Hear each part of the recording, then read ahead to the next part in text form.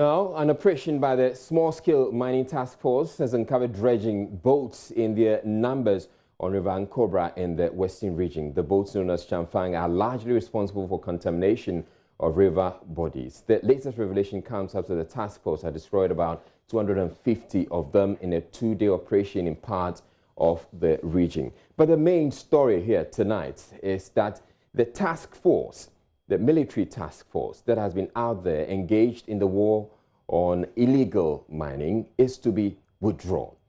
In their stead, there's going to be a new team that is going to be commandeered by the police. Now, Erastus Asare Donko has been following this story, and he joins me live from Kumasi with the very latest on it. Thank you very much, Erastus. Now, so the story is that the Operation Vanguard Task Force, the military troops, are to be withdrawn. Explain clearly what exactly we're looking at. So, per our information, we are looking at a total pullout from illegal mining sites across the country. And so we are talking about three bases. We have Operation Vanguard stationed at Takwa in the western region. They will be pulling out from tomorrow morning. As we speak, we have information that the men are preparing to leave officially tomorrow morning. And so from there, the central region will also pull out from their base. And then in the course of the month, in March, we are expecting Ashanti region to also pull out. And that will be the end of the fight for Operation Vanguard. All right, so I'm trying to still understand. Do you happen to know why this decision has been taken? Well, from our sources, we are learning that it comes from the public backlash and the insults that the military has received for some time now. Allegations of bribery and extortion, and some issues concerning they allegedly brutalizing people on the field. It seems to smear the military somehow with some of these acts, which comes with fighting illegal mining. And so the CDS wants the military to be out of the fields, and they want the police to take over because, per the information we have, they are mandated to do what Operation Vanguard is doing at the moment. And so occasionally, if the military is sought to provide support for the police, they think that that is legitimate, rather than get military people on the field within the forest itself based fighting illegal mining.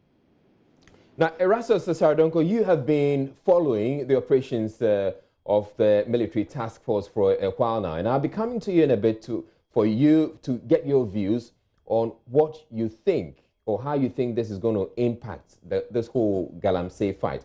But joining me in studio right now is Seth Kwame Boateng, who has been working his sources at the Ministry of Defense, and he happens to have some information. So, Seth, I want you to explain to us what you've been able to pick up as far as the reason or what is informing this decision to withdraw. So first of all, my source at the Ministry of Defense tells me that they are not disbanding Operation Vanguard. That is one. What they are doing is to implement the next phase of the fight against illegal mining. The next phase. All right. Yeah. And but will the team be still known as Operation Vanguard? That I wasn't told. All right. And also understand they are replacing the permanent soldiers on Operation Vanguard with a quick reaction force. So the name will be Quick Reaction Force, who will move in when needed. So they will be on standby as and when the police officers taking over now need the soldiers, they will call on them and they will come and help them. And but before then, the status quo that we have, what we have now, is that the troops have been based permanently in the police. They work together operational zones in the forest. If we can say that, they are trying to stop illegal mining. But now they are withdrawing the soldiers. They will be on standby. The Quick Reaction Force, they will be on standby as and when they are needed. And I understand the CDS, the Chief of Defense Staff, will have this team as and when the police need that assistance from the military, they'll call them and they'll Does it come. mean it's not going to be a permanent team? It could be, the soldiers could be picked from... That's my understanding.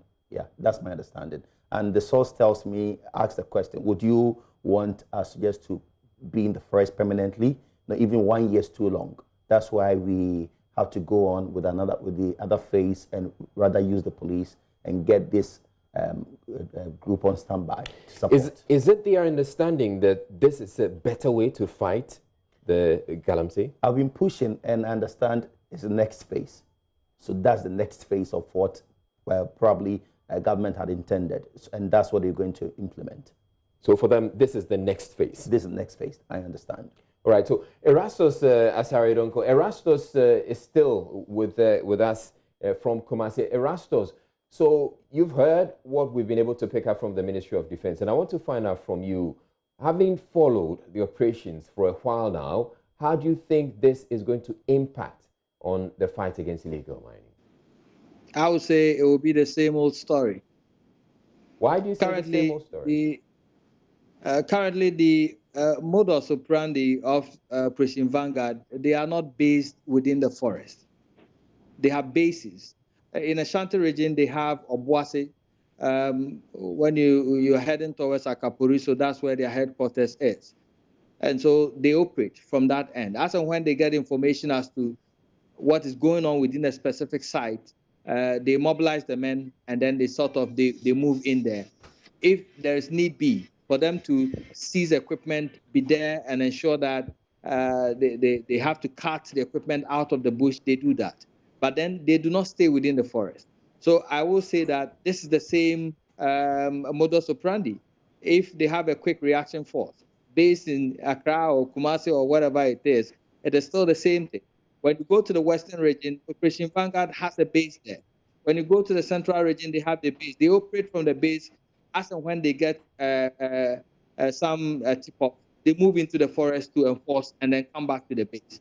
So it's still the same thing. Except Erastus, the understanding we're having is that the police will be calling the shots this time. Yes, that's the only new thing. And I do not know what the police administration have up their sleeve. So it is still early days yet to say that they won't be able to fight or they will fail or whatever it is. I don't know what the strategy is. But from what we know on the ground, and from what we know, the few corrupt ones that we have on the field who are conniving with illegal miners and people of higher places mine within the forest reserve and take their cut. If these are the same modus operandi we're going to have, and there is no special task force to go in, then I don't think there's going to be anything. From what you're telling us, it sounds as if you have your personal frustrations with this whole fight against the Galamsey. Yes, Israel, I do have my own frustrations. I've moved with the Inter-Ministerial Task Force for some time. I've moved with the Vanguard for some time. We've been in the forest and the thick of events for some time. In 2018, for example, we went to Diaso, where the Lance Minister went today. And at that time, the devastation was starting at the time. We did reports, we put them out. Even their own people, national security people, took drone shots of the devastation. We put them all out. What did government do? Nothing. The people who were mining in there, in some instances when we went to the field, calls will come from the seat of government, asking the interministerial task to move from that side, because this side belongs to a so and so person, party people, this so and so person. So move away from the side, and then we will move. Sometimes the person who is leading the interministerial task force will stick to his grounds and say, no, I'm not moving. In the case of Apampra, where we went to find Heritage Mining Limited mining within the forest, Operation Vanguard had gone there previously. They seized the equipment, calls came, they returned the equipment to the people, they went on to mine. When the interministerial task force went there under Ohina Jikum, he said, no, he's not backing down, he will still seize the equipment. At that time, we saw prospecting license belonging to the company. That's what they were using to do the mining in there. How can you use 22 excavators to do prospecting at the time? But he was mining. Those excavators were seized. Currently, the same company is back at Brahma Forest Reserve. The owner of the company says he now has the mining licenses to mine within the forest, and he's there. The residents have been demonstrating. So, you see, it's a number of people who are very powerful within government, from the seat of government, who are controlling affairs within the forest there. If we do not go after these people, we can change and call reaction force, call Operation Vanguard, call them whatever, bring in the police, bring in whichever, so same old. All right, thank you very much, Erastus Saradonko, with that update. And those allegations clearly need to be investigated, except we're not sure who's to investigate all that. Seth Kwame Wating is still with me here in the studio. Seth, is there any further additional information? Yeah, I know that there has been a meeting between the police hierarchy and the military high command today, discussing ways they're going to have this transition. And as we know, it's going to be in phases. Those in Takwa will leave tomorrow, followed by those in Ashanti region. Then in March, Central region, those in Central region also leave. All right, thank you very much, Seth Kwame Boateng. And Seth Kwame Boateng has been giving us an update, working his sources at the Ministry of Defense.